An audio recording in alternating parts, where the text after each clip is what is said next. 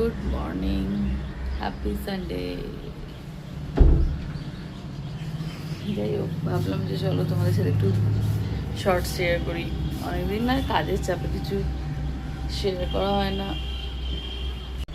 এই পাখির কিচিমিচিগুলো সকালে খুব ভালো লাগে।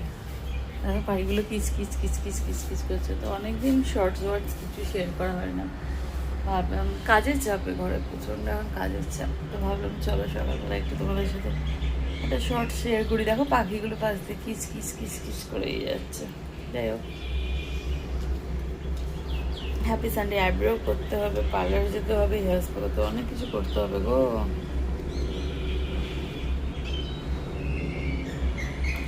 চলো পরে ওই ভোরবেলা পাখিদের কিচমিচ কিচমিচগুলো দারুণ লাগে।